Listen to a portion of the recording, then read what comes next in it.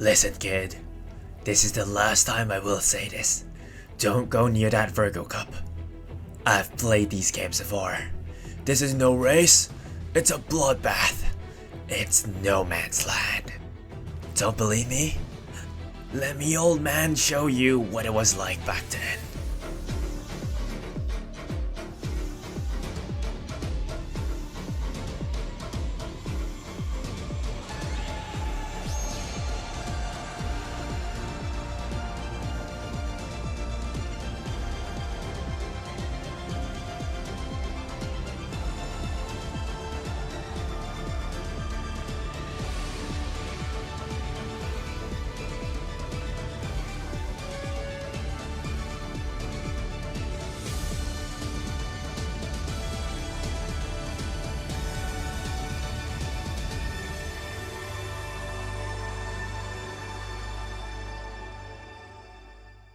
Hello. I may have lost the finals in the previous server, but I have learned from it, and I will not make the same mistakes again. Hello everyone, this is Charles of Victoria Frontier. I'll be talking about what I learned on this CM in the previous server, as well as what you should be doing in order to win. The track is OI 2000 meters. As you may know already, this is a Christmas Ogre CM. There are very few options due to it being a dirt track and also how the start of the late game is on corner 3. Even though it's only 2000 meters, the stamina requirement is actually higher than that of Arimakinen, the 2500 meter track, because of how there is no downhills. This CM is going to be one of the most, if not the most, debuffer heavy CM. Let's first quickly address the elephant in the room, the stamina requirement. A gold recovery heals 5.5% of stamina. A mystifying murmur hit is 3%, and each flustered or subdued debuff is worth 1% of stamina. You'll need a baseline of around 901 stamina as well as 700 guts to complete the race, assuming no debuffs. For every debuff that is in your lobby, you will need to add a gold recovery on top of that to cover the stamina drain. If there is a second stamina debuffer, you will need 2 gold recoveries. A Dominator debuffer is guaranteed to hit another 2% of stamina drain, so you'll need to cover that with either the Festive Miracle Unique or White Recovery skills. The stamina requirements for this CM is 901 stamina and 700 guts, plus ideally 2 gold recoveries. You're not only entirely at the mercy of your opponents, and you're also gambling for the competence of your opponents. If you want to win consistently, this is going to be my stat line recommendation. If your Uma does not have an innate gold recovery and you're struggling to get your second gold, you can go for the Denorobroi speed card for late surgers, or you can go for the Tosen Jordan SSR speed that is free in the Valentine event. The most dominant Uma is going to be Christmas Ogre. Pace is the easiest to build, but Late Surger is also somewhat viable. I do not recommend Ancloser Christmas Ogre due to the tough stamina requirements, and it's difficult to get the second gold recovery. Late Surger Kopano Riki, as predicted, has been performing really well in room matches. It's somewhat difficult to get a really strong stat line on her, but if you don't want to be playing in Christmas Ogre, Late Surger Kopano Riki is the way to go. You can also run her front, but running front requires 2 slots instead of 1, and you'll be losing out on 1 debuffer. Any other Uma with more than 1400 speed, more than 901 stam, and 2 gold recovery, and proccable acceleration can win when they have an upswing. The upper limit of most other Umas is pretty much the average performance of Christmas Ogre. Not saying that they cannot win. If you proc acceleration, for example Saiyan Sky herself, and you have enough stamina to last the entire race, you can absolutely still take some races, but not as consistent as Christmas Ogre. This is going to be all of the recommended accelerations on each of the strategies. It's worth it to mention that late surgers will be at 3rd place very often. Even though these skills are now buffed, On Your Left and Take a Chance are now both really strong in a balanced lobby. These lobbies in CM17 is nothing like that. The 2 best compositions is going to be Christmas Ogre plus 2 debuffers, or Kopano Riki Late Surger plus 2 debuffers. For Kopano, you will need a front Dominator to pad the position. The rest of the Umas are kinda here, and you can definitely make them really strong if you manage to hit all the accelerations and get enough speed stat, stamina stat, and all the skills plus recoveries.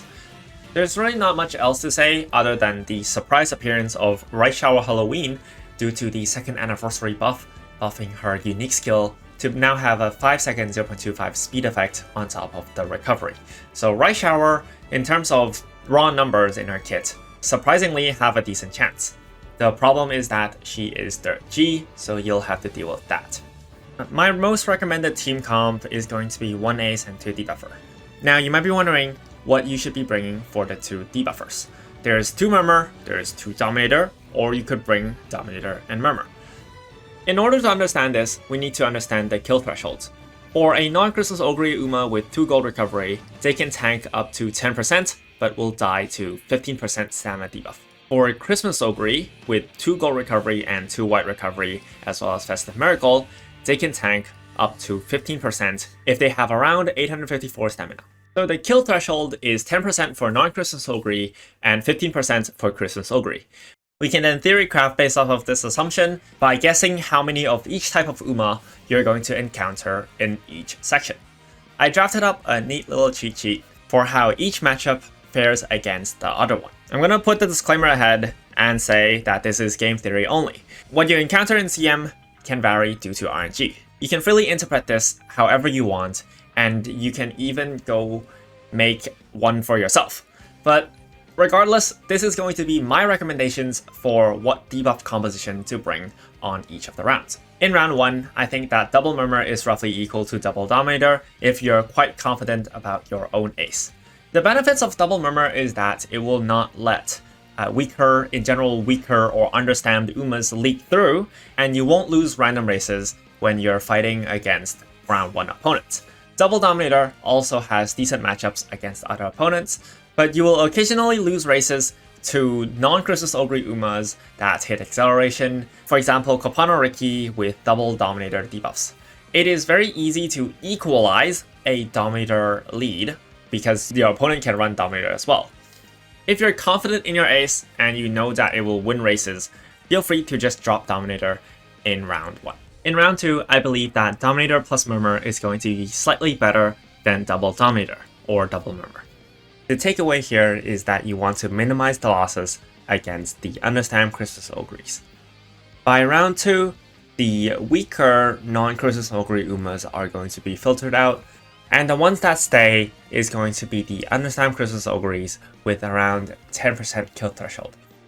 A double Dominator player, if their ace isn't strong enough, they actually will lose against an understamped, higher speed Christmas Ogre unless they have a significantly stronger ace.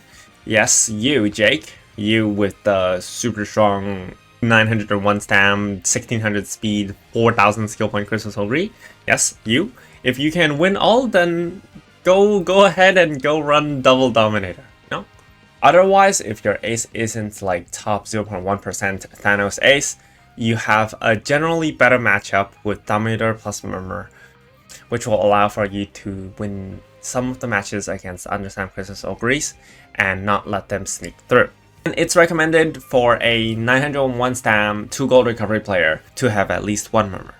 If your opponent also has at least 1 Murmur in their team, you guys will join forces and kill the Umas that are understamped. Then you just need to win the mirror matchup versus the other person that is the Murmur. I think that double Dominator is going to be better for the final race.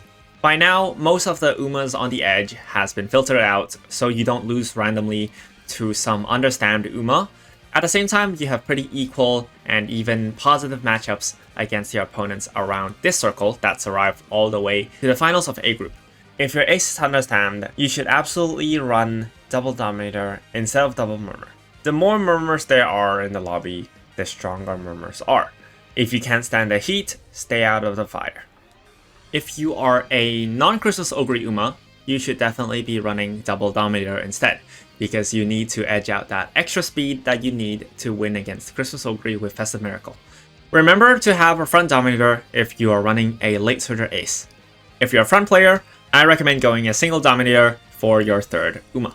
I ran Murmur in the past, but in hindsight, I believe it didn't really do too much, and if I were to run double front again, I will probably go with Dominator instead. That's going to be it for the Champions Meeting guide.